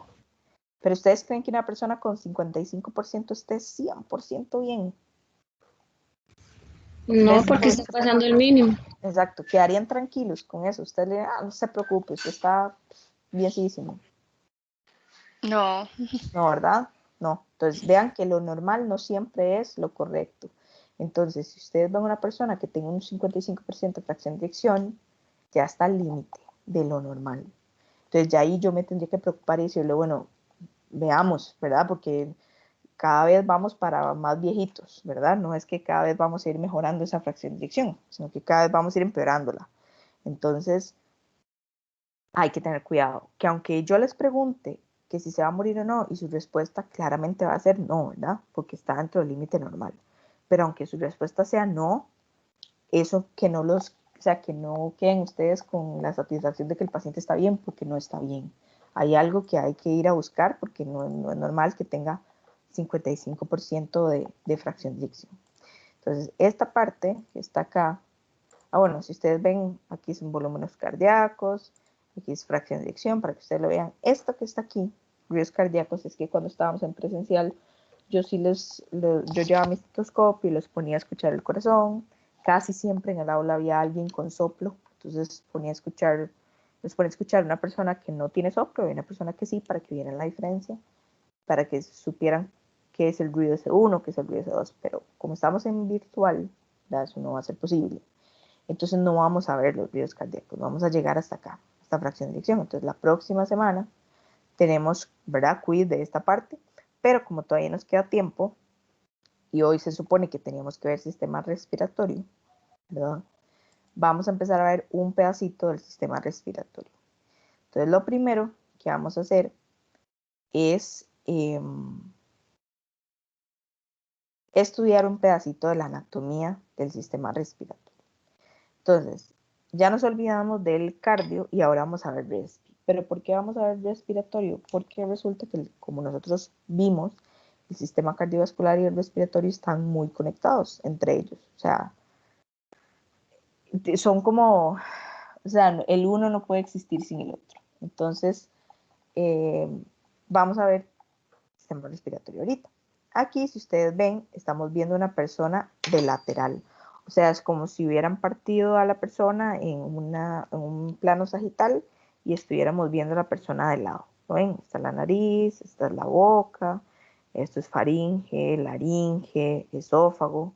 Y aquí atrás viene la columna vertebral con su respectiva médula espinal. Entonces, lo primero que vamos a ver es las partes del sistema respiratorio. Entonces, a uno que le dicen, es que el sistema respiratorio es como nariz, pulmones, ¿qué más? Entonces, ¿cuáles consideran ustedes que son los órganos que pertenecen al sistema respiratorio? Son varios, ¿cuáles son?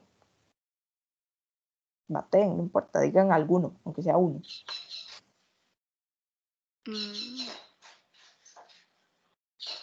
La nariz. La nariz, ajá, ¿qué otro más? La boca. La faringe. Boca, no, La la boca laringe. no pertenece. La faringe, ¿qué me dijeron? Faringe. Faringe y laringe. Faringe. Ajá, laringe, ¿qué más?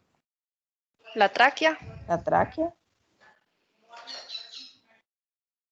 ¿qué Los más? pulmones. Los Pulmones, bronquiolos. bronquios, ajá. Los Básicamente es eso. alveolos. Sí, los alveolos son parte de los pulmones, pero sí.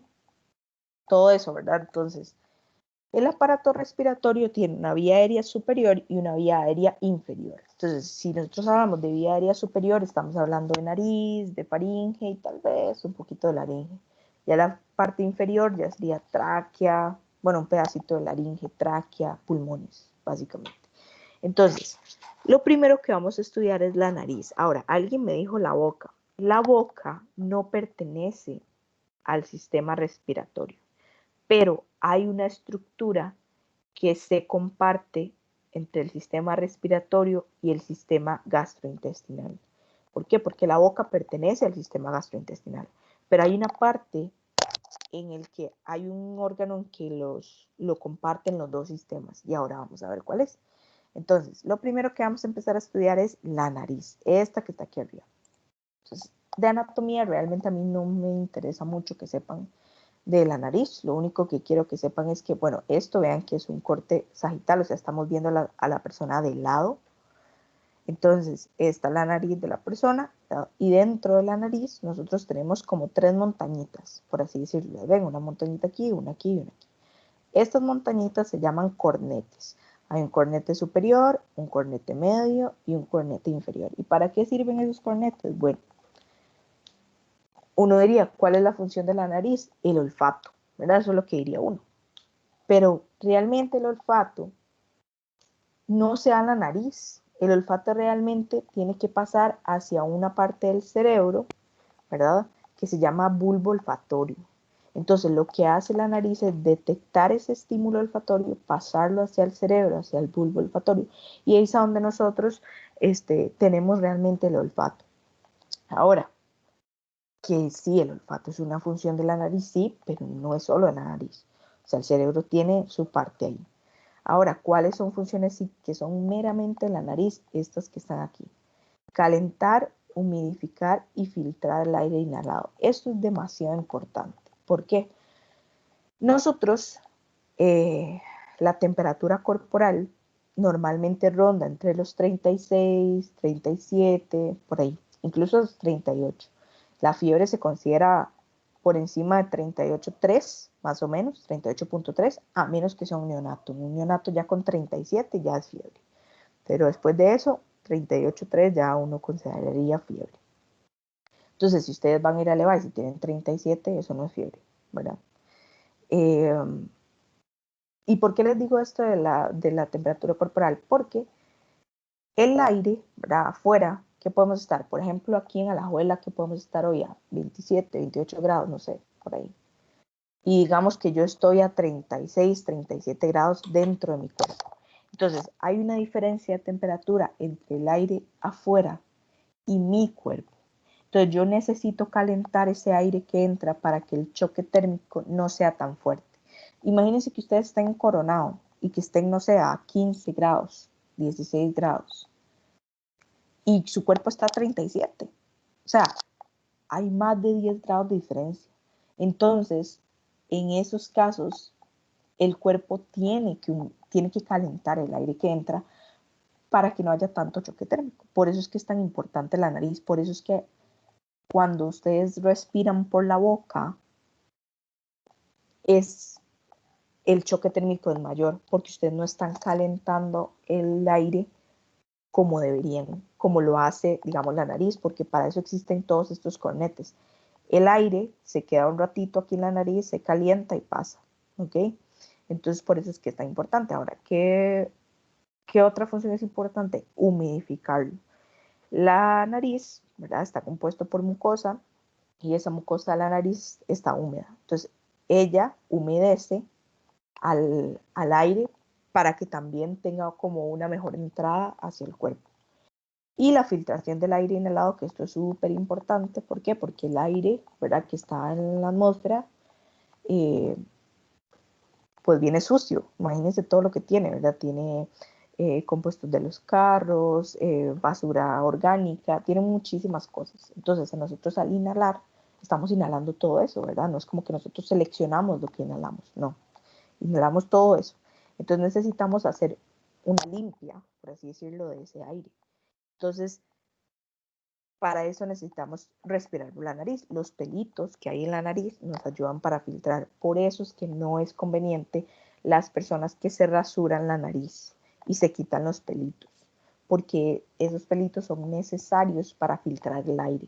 Entonces, esas personas, si se depilan, por así decirlo, la nariz, están quitando la función de filtrado de la nariz. Entonces, están inhalando todo, absolutamente todo. O sea, toda la cochinada, digamos, del aire, todo toda la basura, todos los desechos los están inhalando y eso va a quedar dentro de su sistema respiratorio. O sea, puede quedar en faringe, en laringe, en tráquea y al final se va a ir a depositar a los pulmones.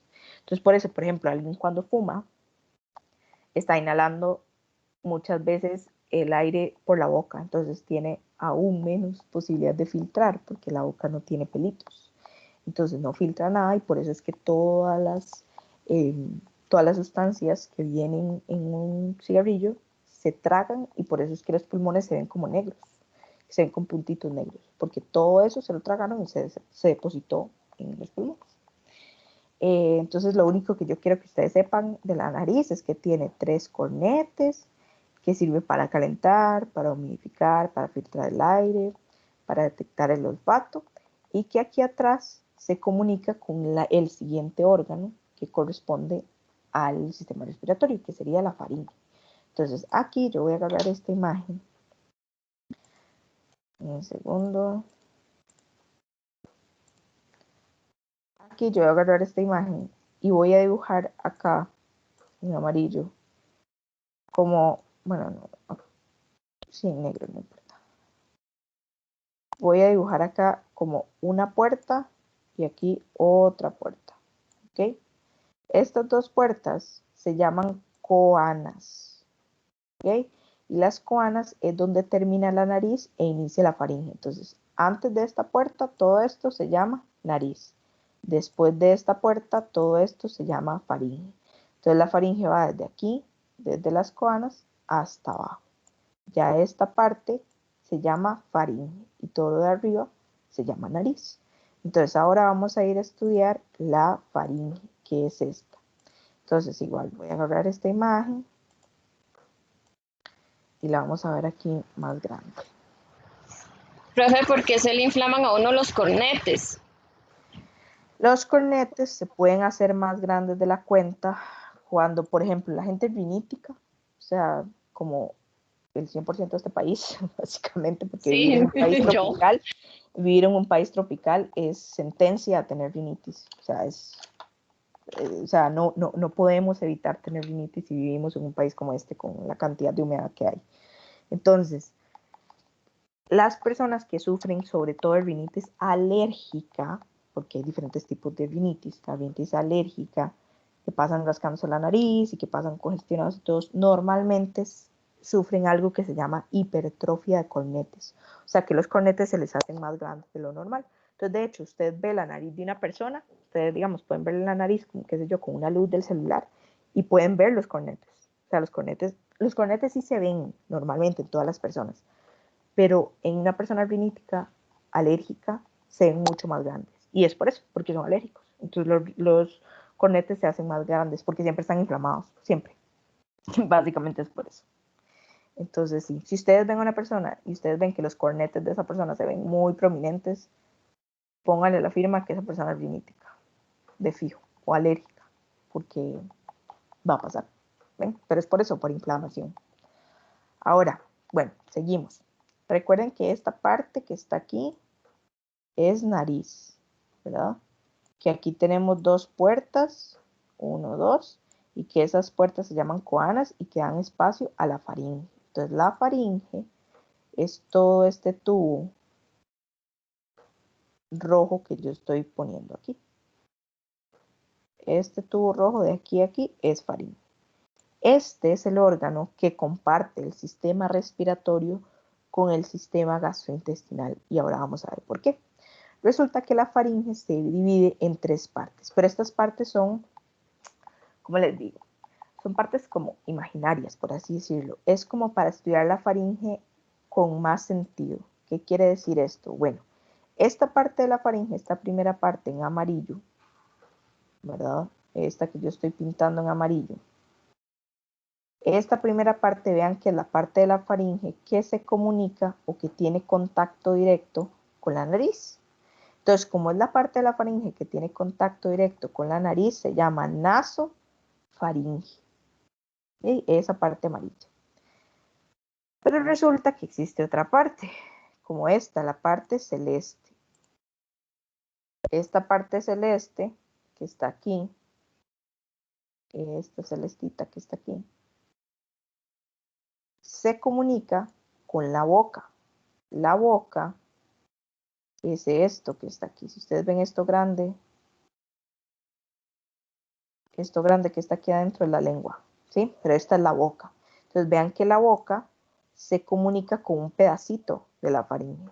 Entonces, por este tubo de la faringe pasa tanto el aire proveniente de la nariz como la comida proveniente de la boca. Entonces, esta parte celeste que comunica la faringe con la boca, se llama bucofaringe, pero para efectos del curso no le vamos a llamar bucofaringe porque nadie en salud le llama bucofaringe. En salud se le llama orofaringe. ¿Ok?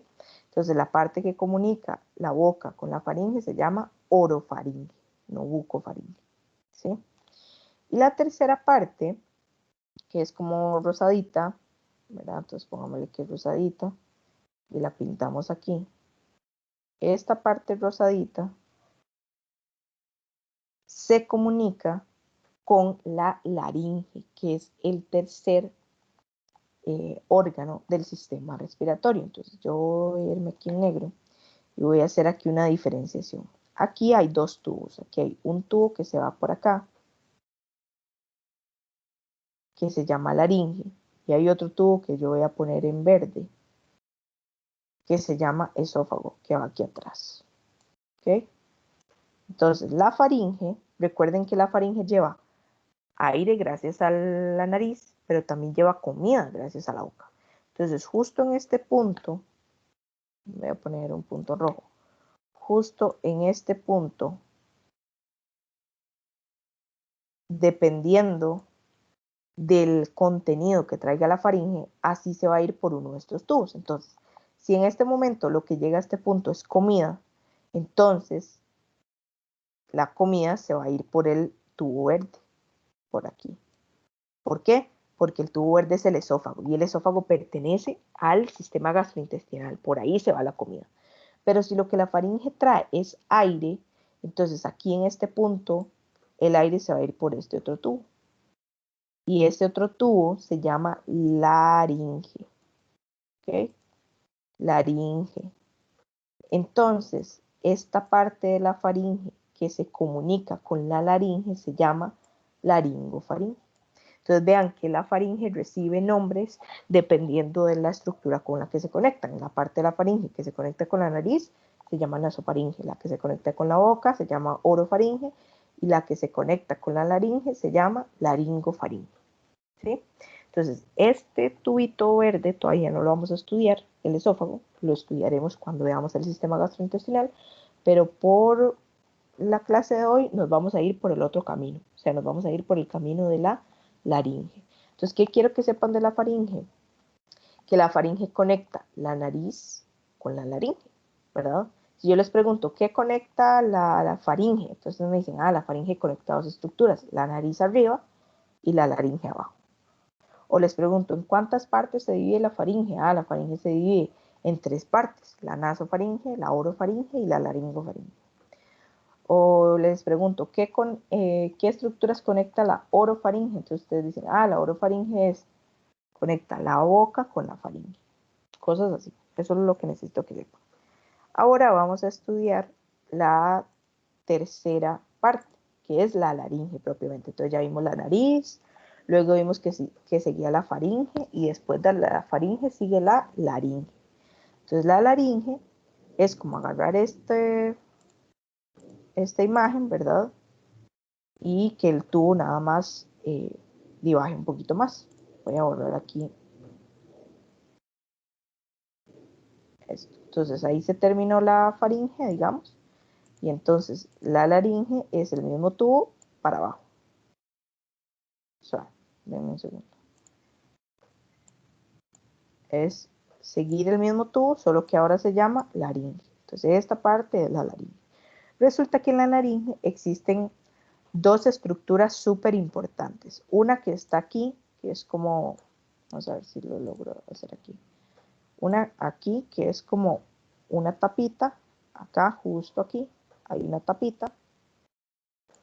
Y aquí hay como unos pliegues. ¿Ok? Entonces, esta tapita que yo estoy haciendo aquí tiene un nombre específico y se llama epiglotis o epiglotis, como quieran decirlo. La epiglotis pertenece a la laringe. ¿Y por qué es una tapa? Bueno, recuerden que en la faringe se lleva tanto aire como alimentos. Los alimentos jamás en la vida pueden pasar por la laringe. Los alimentos siempre se tienen que ir por el esófago, que estaría aquí atrás, ¿verdad? El tubo que estaría aquí atrás. Entonces, esta epiglotis funciona como una tapa. Esa tapa lo que hace es que cuando nosotros comemos, ¿verdad? Y tragamos la comida, ¿verdad? Pasa por aquí, viene por aquí la comida, baja la comida por aquí, baja, baja, baja, baja, baja. Y aquí tiene que tomar una decisión. Y la decisión es, no voy por el esófago porque soy comida. Pero esa decisión es muy sencilla para la comida porque esta tapa de la epiglotis se cierra, o sea, se pone encima de la laringe para que la comida no pase por ahí y solo pueda pasar por el tubo que esté abierto, que es el del esófago. ¿Y cómo nosotros sabemos cómo funciona la epiglotis? Ahora, ustedes en sus casas o en donde sea que estén, hagan esto, traguen. Ustedes tragan. Mientras ustedes tragan, pueden respirar. En el momento que ustedes tragan, pueden respirar. ¿Sí o no?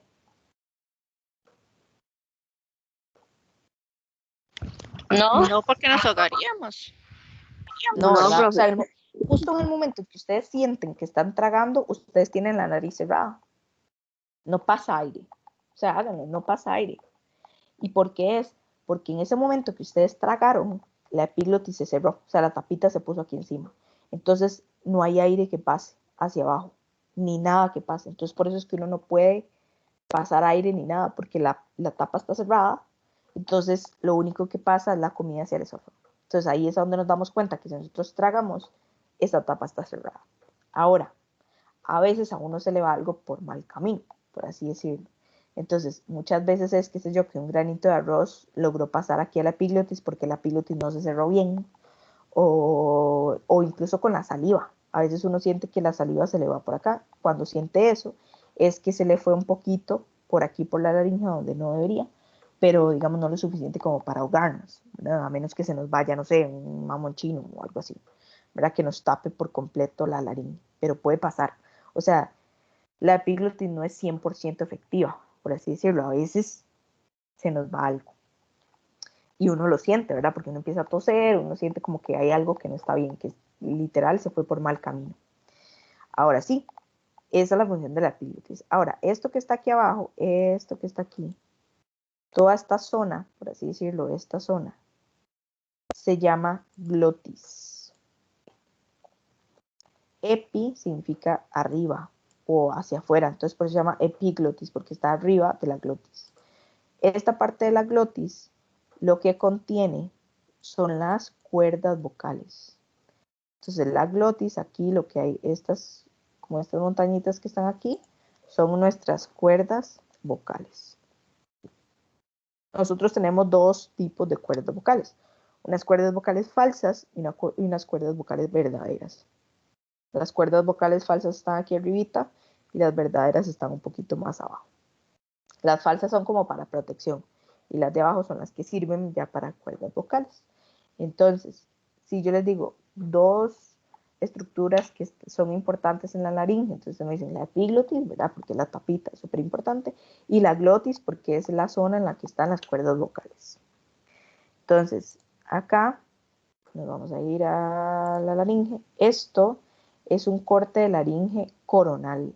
Entonces imagínense que a una persona la partieron, pero de forma coronal. Entonces estamos viendo como la parte anterior de la laringe.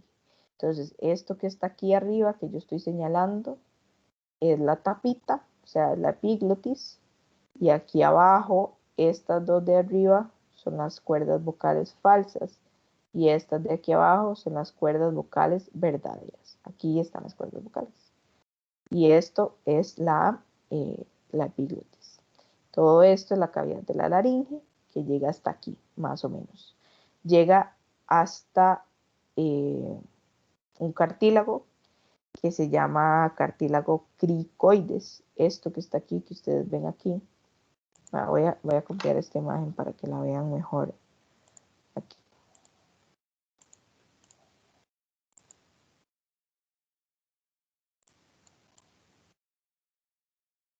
Ahí. Ok, entonces. Esta es la epiglotis. Estas son las cuerdas vocales. Y la laringe llega hasta aquí. ¿Por qué? Porque esto que está aquí se llama cartílago cricoides. Y este que está aquí al otro lado también es cartílago cricoides. Denme un segundo. Cartílago cricoides hasta aquí.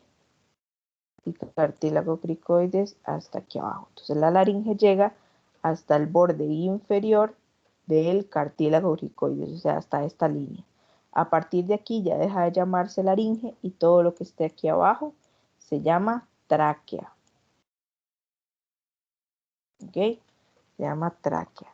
Entonces ya tenemos tres estructuras. Tenemos la nariz, tenemos la faringe y ahora la laringe. Entonces la laringe, ¿qué conecta? Conecta la faringe arriba con la tráquea abajo. ¿Qué conectaba la faringe? Conectaba la nariz arriba con la laringe abajo. Y la laringe conecta la faringe con la tráquea. Entonces ahora vamos a ver la tráquea, que es el tubo que sigue. Entonces el tubo que sigue, vamos a verlo por aquí, es la tráquea. Y la tráquea es este tubo que está aquí. Ya nos vamos acercando un montón a los pulmones. Entonces esto que está aquí es la tráquea, ¿sí? Esta parte de arriba todavía es laringe y ya a partir de aquí es la tráquea. Entonces vean que la tráquea es un tubo bastante cilíndrico, ¿verdad? Que va desde la laringe hasta aquí abajo. Entonces, la tráquea, como ustedes pueden ver, está formada por anillos. Estos anillos, más o menos, nosotros tenemos de 16 a 20 anillos de aquí arriba hasta aquí abajo. Estos anillos son hechos de cartílago, pero esos anillos son en forma de C. ¿Qué quiere decir esto? Que no son anillos completos. Vamos a ver, voy a dejar de compartirles la pantalla un segundo. Déjenme ver aquí. Entonces, vamos a ver, yo voy a dejar de compartir la pantalla para que me vean a mí. Entonces ahí, no sé si me ven. Sí, sí me ven, ¿verdad? Entonces, normalmente uno pensaría, ¿verdad? Que la tráquea son anillos que están uno así, ¿verdad? El otro anillo así, uno pegado con otro. O sea, un anillo aquí, otro anillo aquí, otro anillo aquí y así. Pero realmente no son anillos así, sino que son anillos así. O sea, no están cerrados, ¿ven? Es como en forma de C. Entonces es un anillo así, como así, ¿verdad? Con el otro anillo aquí, así. Y así van anillo, anillo, anillo, anillo. ¿Por qué está abierto aquí? Porque resulta que los anillos, digamos, están así y aquí tienen como una pared de un tejido, ¿verdad? X, que ahorita no vamos a ver qué tejido es ese. Pero entonces el anillo es así, como un anillo con una pared aquí atrás. Entonces, esos anillos por eso se dice que son incompletos, porque no son completamente anillos cerrados, sino que son una C como con un pedazo de tejido aquí pegado. Ahora, ¿qué es importante que sepan ustedes de los anillos? Si nosotros tenemos una tráquea que puede ser como esto, ¿verdad? Está formada por varios anillos. ¿Para qué creen ustedes que sirve que la tráquea tenga anillos? ¿Para qué creen que sirve? ¿Por qué será que tiene esos anillos? ¿A alguien se le ocurre algo? No. Como darle estructura o un soporte. Sí, exacto, darle sostén y darle estructura. ¿Por qué? Porque, bueno, vamos a pensar igual que en el corazón. ¿Cuál fue la razón que yo les di a ustedes de por qué el ventrículo izquierdo no podía sacar toda la sangre hacia la aorta y quedarse sin una gota? ¿Qué fue lo que yo Porque les se dije? hacía como una pasa. Ajá, se colapsaba, ¿verdad? Entonces, las vías aéreas también se pueden colapsar si no queda aire dentro de ellas lo suficiente. Entonces, la tráquea, para evitar eso, para evitar colapsar, tiene estos anillos de cartílago. Entonces, estos anillos son tan duros, por así decirlo, son tan, es que no es que son duros, sino que son, le dan tanta estructura a la tráquea que le sirve para que la tráquea no colapse si queda sin aire, sino que ese tubo siempre va a estar abierto. O sea, si ustedes agarran, vamos a ver si se ve por aquí. Ahí me ven a mí en chiquitito, ¿verdad? Entonces, si esto es la tráquea, ¿verdad? Yo lo que no quiero que pase es esto. Porque si esto pasa, nos morimos, ¿verdad? Porque la tráquea colapsó. Entonces, gracias a esos anillos, la tráquea no colapsa, aun cuando no tenga, digamos, tanto aire aquí. Pero igual la tráquea siempre tiene poco aire. Luego eso lo vamos a ver. Pero para eso sirven los anillos de la tráquea, para que ella solita no colapse y siempre se mantenga así, abierta. Entonces, seguimos aquí. Ok, entonces veamos la tráquea. Son los anillos. Entonces, ¿qué tienen que saber ustedes de la tráquea? Que conecta la laringe arriba con los bronquios abajo, que está compuesta por anillos de cartílago, que son anillos incompletos, ¿verdad? Porque no están cerrados completamente, y que esos anillos tenemos entre 16 y 20 anillos. Puede ser que yo tenga 16, puede ser que alguien tenga 18, y así sucesivamente. O sea, es un intervalo entre 16 y 20 anillos. Todos tenemos diferente cantidad. Vamos a llegar hasta aquí. La próxima semana vamos a ver pulmones y bronquios y todo lo que nos falta de todo esto, de expiración, inspiración, cómo es que inspiramos. Los pulmones también tienen volúmenes, al igual que el corazón, que son los alvéolos. Todo esto lo vamos a ver la próxima semana. Pero hoy vamos a llegar hasta aquí, hasta tráquea. Entonces, ¿qué entra en el quiz de la próxima semana? En el quiz de la próxima semana entra todo lo que vimos hoy. O sea, desde el ciclo cardíaco hasta la tráquea inclusive. ¿Qué? Hasta la tráquea. La tráquea puede entrar. Entonces entra ciclo cardíaco, todas las fases, entra cómo sacar fracción de eyección, los volúmenes cardíacos, y entra la nariz, la faringe, la laringe y la tráquea. Eso es lo que entra en el quiz. ¿Alguna duda o alguna pregunta hasta aquí? Profe, ¿tú vas a subir esa presentación? Que no la tenemos. Sí, yo ya Gracias. ahorita lo voy a subir. Es que no la había subido porque no sabía si me iba a dar tiempo de empezar a verla. Entonces, por eso no la había subido. Pero como ya la vimos, entonces yo la subo. Ya, de hecho, termino aquí la clase y la subo. ¿Dudas, preguntas? Si no hay ninguna pregunta, ya se pueden desconectar. Nos veríamos el próximo sábado para hacer quiz. Recuerden que el quiz en los primeros 10 minutos de la clase. O sea, de 10 y 5 a 10 y 15. Y si no tengo nada, entonces ya se pueden conectar y nos vemos el próximo sábado.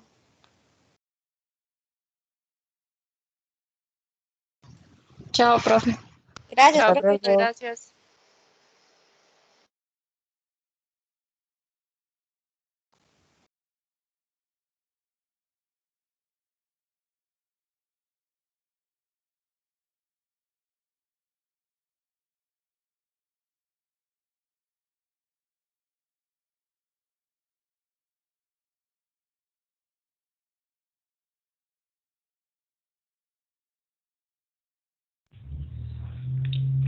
Profe, Sí, dígame. una pregunta. ¿Le doy detener grabación o nada me doy a abandonar? Nada más le dan a abandonar. Ok. La grabación yo la detengo. Ah, ok, está bien.